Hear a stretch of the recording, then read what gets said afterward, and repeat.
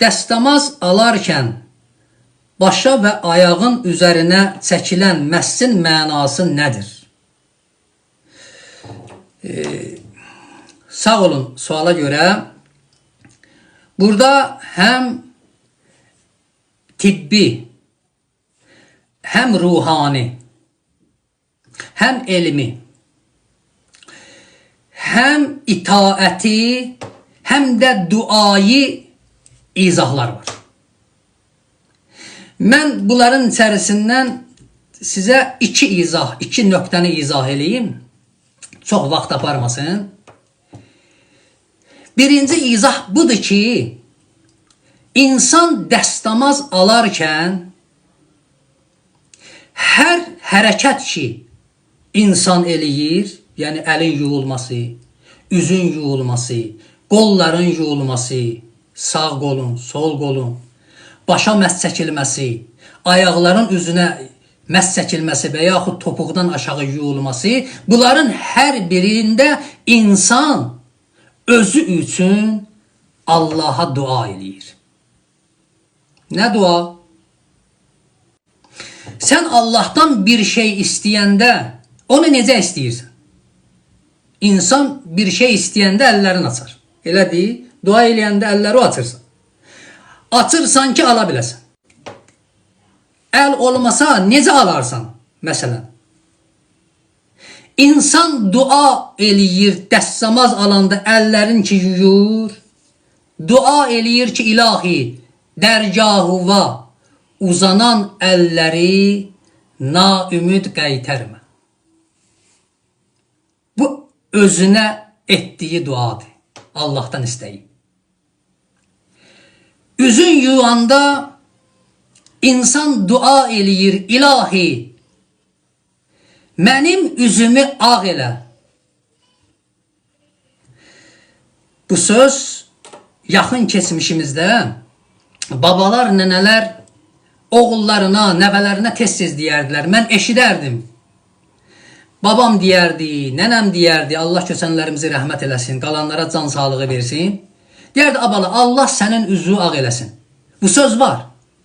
Amma biz heç zaman bu sözün o dərinliyinə varmamışıq. Bu nə deməkdir? Necə yəni Allah sənin üzü ağ eləsin?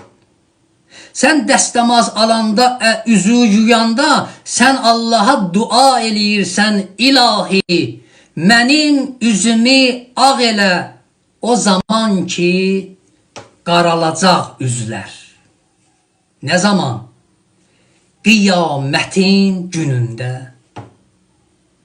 Günahlardan insanların üzü qaralar. İnsanlar bir-birini tanımaz. Ana öz fərzəndindən, öz balasından qafil olar.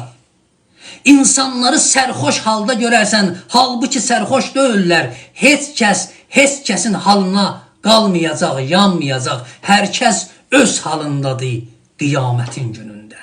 Ağır gündür, çox ağır gündür qiyamətin günü. Sən dua eləyirsən, üzü yuyursan, deyirsən ilahi, mənim üzümü ağ elə, o zaman ki qaralacaq üzlər. Sağ qolu yuyursan, sol qolu yuyursan, bunlar nə deməkdir? İnsan qiyamətin günündə 3 dənə kitab görəcək. Profildə o barədə mənim video yazım var. İstəmirəm çox dərinliyə gedək. Kitabın biri ümumi kitabdır. Ki bütün insanlar o kitabın qarşısında dayanacaqlar. Bu ümumi kitabdır. Yəni insanların biabır olan günü o gündür. Yawmə tublə sərair. O gün ki batinlər çıxacaq aşkara. O kitabı görəndə bütün gizlinlər aydınlaşacaq. Ondadır ki insanlar rüsvay olacaqlar. O ümumi bir kitabdır. Bir kitab insanın ruhuna yazılan kitabdır. İnsanın ruhunun bir adı kitabdır. İnsan dünyada nə iş görsə xət salır öz ruhuna. Yaxşı əməl yaxşı xət salır, pis əməl pis xət salır. Sənin özündən asılıdır ruha nə yazasan. O ruhda olan kitabdır. Bir kitabda İnfitar surəsinin 10-cu 11-ci ayələrində buyurur: İnne aleykum lehafezin. Sizi güdənləriniz var. Kiramən katibin, əzəmətli, hörmətli katibələr, katib biz katibə deyərik ya, yazanlar uymuş. Boş-boşuna yaranmamısan. Bu əməl kitabı ki yazılır, qiyamətin günündə səvab əməli ağır gələn insanların əməl kitabı onların sağ əllərinə veriləcək. Onlar cənnət əhlidir. Günahkarların əməl kitabları onların sol əllərinə arxadan verilər. Onlar cəhənnəm əhli olan insanlardır. Sən sağ əli yuyanda dua eləyirsən ilahi, qiyamətin günündə mənim əməl kitabımı mənim sağ əlimə versinlər. Sol əli yuyursan dua eləyirsən ilahi, qiyamətin günündə mənim əməlimi, əməl kitabımı sol əlimə verməsinlər. Allahdan istəyirsən.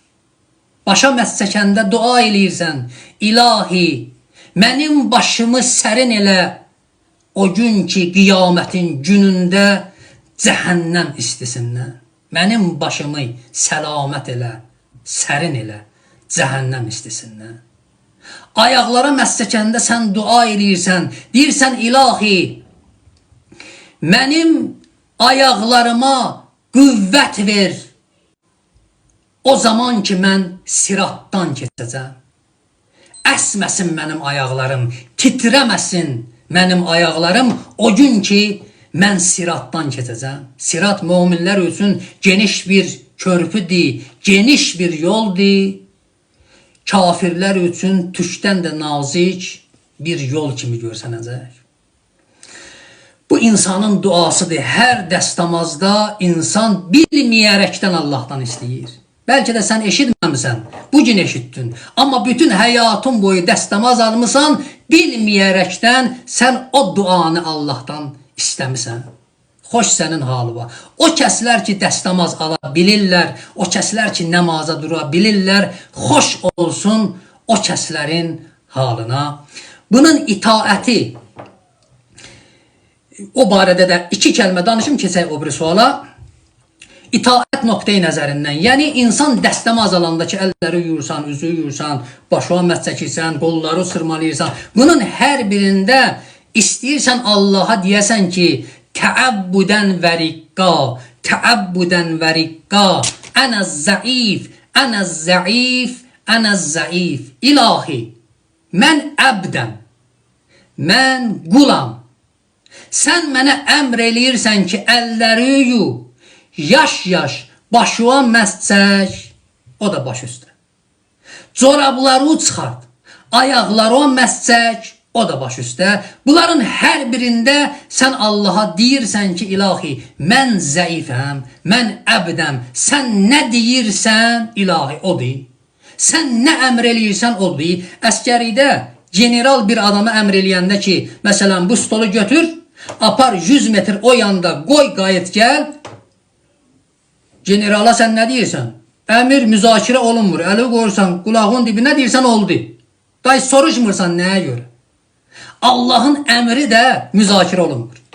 Allah əmr eləyir, əlləri yuy, üzü yuy, başına məs çək, qolları yuy, ayağı yuy, ayağa məs çək. Hər birində Allaha deyirsən ki, ilahi, mən tabiyəm sənə. Sən nə deyirsən? Baş üstə. Bax, budur. İtaəti cavabı budur. Növbəti sualımıza baxaq.